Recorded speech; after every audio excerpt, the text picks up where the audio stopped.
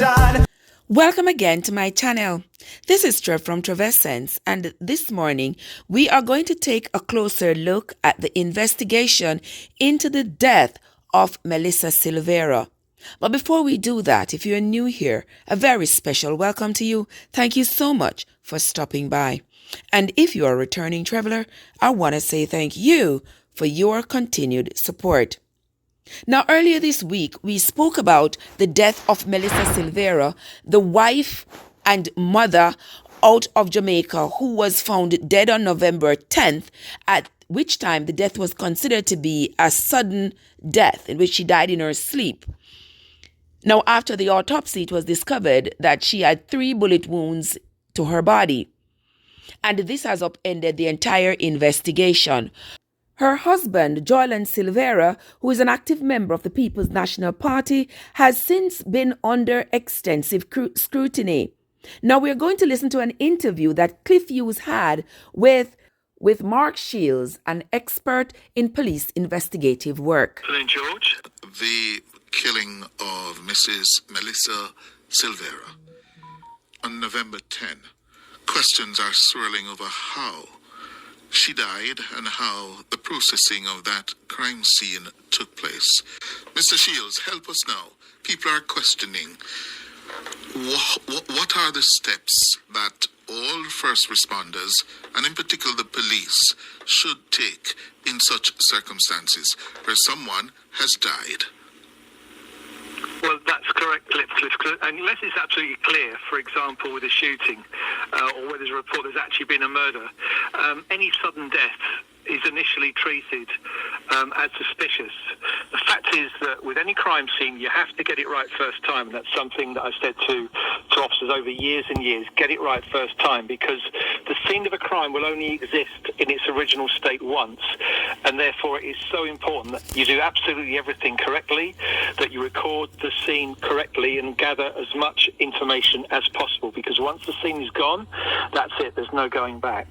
That means that the first officer on the scene has some very serious responsibilities. That may well be a uniform officer, and the person there, first and foremost, is really to determine whether that person is alive or dead. But of course, a police officer can't do that. Sometimes it might be totally obvious. If it's a decomposing body, quite clearly the person is dead. But if the person it may be breathing, it's important that officer establishes, is the person alive, and to get medical attention there as soon as possible. Because clearly the police first priority always is to preserve life. And once that has been done, it may be that we're moving the victim to the hospital as soon as possible. If, on the other hand, the medical assistance arrived and a doctor declares the person is dead, then the scene will be processed. That's very, very, very important. That means securing the scene. If it's in any way an unexplained death, which means it could be murder, it could be suspicious, or it may be suicide, it may be natural causes. But if it's unexplained, it must be treated in such a way that it is a crime scene. And that means preserving that scene, ensuring that nobody goes near to the body, that nothing is touched, that every effort is made to preserve it until such time as scene of crime arrive with an investigating officer, and then they will begin the process of going through some very clear steps. As I said, you'll never get the scene back. So one of the most important things is to photograph the scene, to take sketch maps, to make a videograph of the scene, to gather all of that evidence, to look for anything which might be related to the deceased around that crime scene. They're really the first steps that will be taken. So in an instant case where it's the crime scene is now in a house, in a room, the members of that household are not permitted to go there.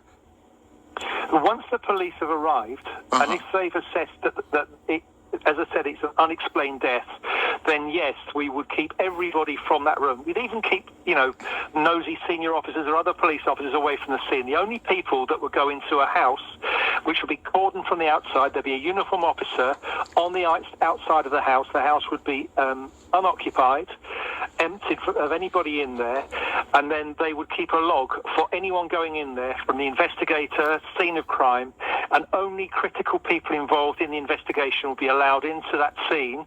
And when they go into the scene, they will be dressed accordingly in order they do not shed any of their own DNA or anything else from their bodies once they go into that crime scene to contaminate it. So every precaution will be taken.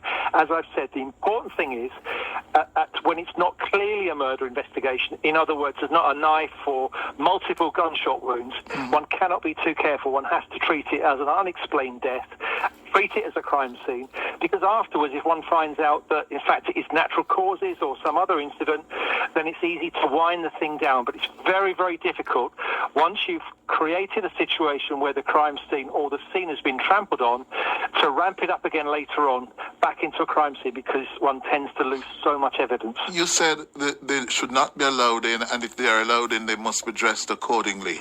Absolutely. What do you mean by that, dressed accordingly? Well, dressed accordingly means that they would wear a suit, it's normally a white suit, covered headgear as well to prevent hairs or anything else coming from the body. And then you would wear guards overshoes, all of which would be taken out of a package, would already be sterilised, so that no DNA or other evidence can be transported into the scene. So if as you say, Mr. Shields, that every scene of an unexplained death is treated as a crime scene, and effectively you're saying that the officers are effectively working backwards from that premise to satisfy themselves if this is indeed a crime committed or person died just naturally, so we move on. Is every are police personnel trained in the basic response in a scenario like that? Every police officer in the world, I've said this so many times, standard operating procedures around so many aspects of policing, they are international standards. One doesn't have one standard in one country and one standard in another. Everything I've said to you applies to Jamaica, United Kingdom, Canada, United States, anywhere in the world. The same protocols have to be followed, because if they're not followed, then of course we can get to scene degradation, loss of evidence, and possibly even a loss of a case as well in extreme circumstances if the evidence is tampered with. And don't forget, there's also a question of chain of custody. That means that anything that is removed from the scene, that there must be integrity to the exhibit. That includes the body. That would mean that one officer who perhaps found the body would then accompany that body to the mortuary, where it will be sealed, and that officer would go back again in order to identify the same body for the purposes of a post-mortem. So chain of custody is very important, particularly in relation to the victim, but also anything else that's found at the scene has to be treated with the utmost care in order that we do not lose that chain of custody and have it challenged to the court at a later date. So, going back to the protocols, the procedures to be observed, yes, when the police are called to say, listen, there is a case here of sudden death, yes? Is it normal, usual for one police person to turn up? Or would it be a group or teamwork? Well, it depends on so many different circumstances, Cliff. You know, it would depend on where the body is. It would depend whether it was in a public place, because clearly crime scenes need to be protected. I say crime scene or any scene where there is a body, clearly the scene has to be protected. So I think it would be highly unusual for one person, for one officer to turn up, because there were going to be other issues around finding witnesses, even in the circumstances that it was perhaps, it transpires that the thing was an accident or something, that there would be witnesses, there would be house-to-house inquiries to make. There is a scene to preserve. And then, of course, you'll be waiting for investigators from the Criminal Investigation Department to arrive in order that they can conduct their initial investigation. It would not be left to one officer, in my opinion. I can't think of any circumstances where that would be the case. It would always require people with different skills to attend the scene in order to conduct their part of the business. But initially, I think in 9 times out of 10, where a body has been found, it's normally a patrolling uniform or operational officer or officers that would attend the scene, make that initial assessment, where necessary, of course, to call for medical attention, and then to go on from there by informing the Criminal Investigation Department, Scene of Crime, etc., and the whole process starts. And it's on that point I want to pick you up, because I want, for the benefit of the listeners and the viewers, Mark Shields, to just give them a visualization of what happens with what you've said from you started this interview up to this point. So I'm saying, when the police personnel respond to a situation of a body at a death scene, let's call it that, and they arrive, what, according to the playbook, are they obliged to do first? When are they then obliged to call medical personnel? When are they obliged to call the morgue? Do they communicate to the medical personnel by telling them an approved thing? Do they say anything to the morgue people? Do the morgue people just come and upon the instruction of the police and or medical personnel at the scene, move the body at that time? I want it like that, if you please. Well, yeah, we can drill down into detail as much as you like, but, basically, if a police officer arrives at the scene where there is a body, there's a report of somebody dead, the first thing is to establish, is that person actually deceased? Are they dead? A police officer is not a doctor or a nurse or a paramedic and cannot make that decision. So the first thing they're going to do is to establish, can they do anything in terms of their own skill? Because it may be the person is unconscious. Police officers are trained in basic first aid techniques, so they would check to see if the person is breathing, check to see if there is a pulse, and certainly would be calling for medical assistance at that scene in order that they could perhaps, through their biggest priority, which is to preserve life. If at that stage it's clear that the person is dead, then until we can establish the cause of death, it will be treated as an unexplained death, and every process that I've already been through, which is one, preserving the scene, keeping the scene uncontaminated, keeping people out of the scene, calling the CIB, calling the scene of crime officers, ensuring the doctor stays there in order that that doctor can speak to the investigators, in order that we can establish a complete chain of events. They're things that must be done. Of course, cordoning off that scene, and as I've mentioned, not allowing anybody into that scene that shouldn't be there. Incidentally, but it's on that, and that's what I'm saying. So you say call CIB and the doctor. Who gets called first? Does the of course, the doctor. The doctor must get called first, yes, because the priority is to save life, to preserve life. Police officers don't do that. That's what medics do. So the first call in those instances where you found somebody, you're checking for vital statistic, for pulse, for breathing or anything else at all. But even if you do not find any breathing and you feel that you cannot do anything else, you must inform the medical staff almost at the same time, but certainly as a priority to try and save life. Because we cannot say, as a police officer or as any other member of the public, without the proper training to say that somebody is formally deceased. That's the job of a doctor and the or a paramedic. And the police responding, they don't, you say check for signs of life, but they don't examine a body looking for anything else but for signs of life. No, they would check for signs of life. And as I said, let's go for the category where it's quite clear the person is dead. In other words, turn up at the scene and there's a huge knife sticking out of the chest or multiple gunshot wounds. Clearly the person is dead, so I think common sense then dictates that we have a crime scene. We'd still call a doctor. A doctor has to pronounce that a person is dead. A police officer cannot do that. But of course, in those circumstances, at the same time, it's simultaneous. This is a murder. It's a suspicious death. Got multiple gunshot wounds, multiple stabbings, etc. Clearly, that's a crime scene. But in my opinion, if it is not clear, if the death is unexplained, it must be treated as a crime scene until such time as we satisfy ourselves that it's not. Because there's no going back. One has to preserve the evidence at that scene in order for the experts, for the professionals, to make that decision at a later date.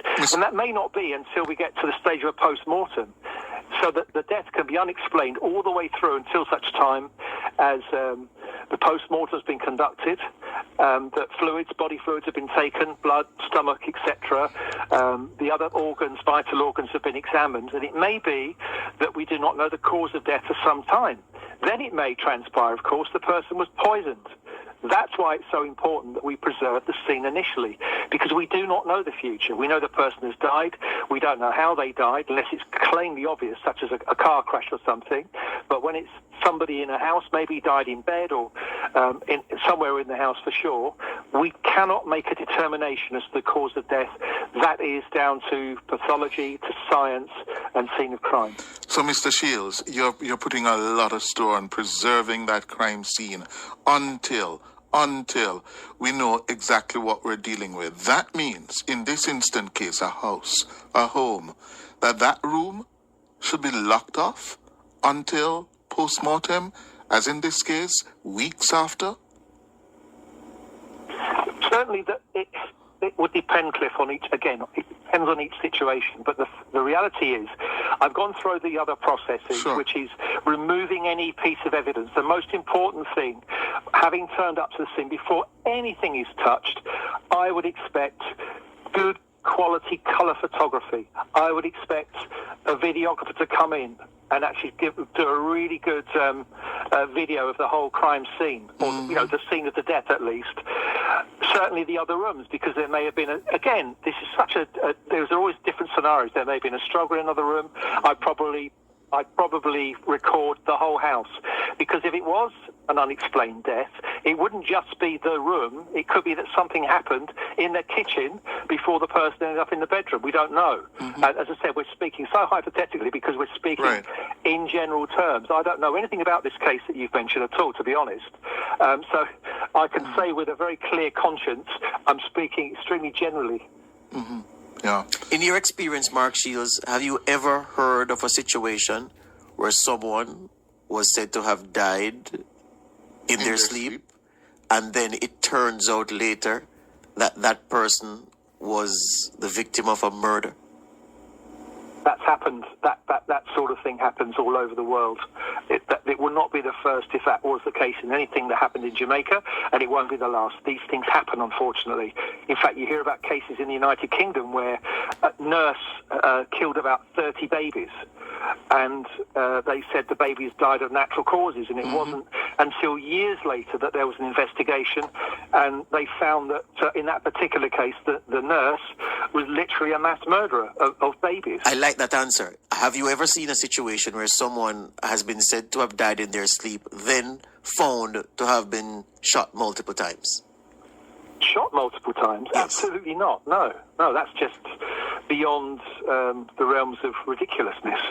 For gunshot wounds, it's very, very clear that there would be entry and exit wounds, or entry wounds at least, probably exit wounds, depending on the caliber of the bullet concerned. And if you were on this case, some of the basic questions you'd be asking of your investigators who went on the scene and the medical team? We're talking again in general terms. Yes, in general terms, yes. Can you repeat that question just so I understand? You are the senior investigator. You are in the shoes of the lead investigator. This happened 6 weeks ago. Now you're learning that this was indeed, through a post-mortem, a woman who was murdered. Yes, 3 bullets to the body. What would you be asking of your team? Well, I'd be asking questions of myself, because if I'm the senior investigating officer, or even a more senior officer, I would have been asking some very basic questions long before that. It wouldn't be 6 weeks later, because all of the questions I would be asking would be on the morning of arriving at work, speaking to the officers at the scene and going through every single part of my checklist to ensure that such a catastrophic error, if it had occurred, could not occur on my watch. That's it? Any other question? Nope. No? Mr. Shields? Yes? I've nothing else to say unless you've got any further questions. Okay, thank you very much, sir. Thank you for your time. I think that's it. Yeah. Thank you, Mark. Thank you. Okay. Father God, I'm begging you to guide me on my journey. Lord, guide me while I chat this rocky road. And Father God, I'm begging you for strength and protection.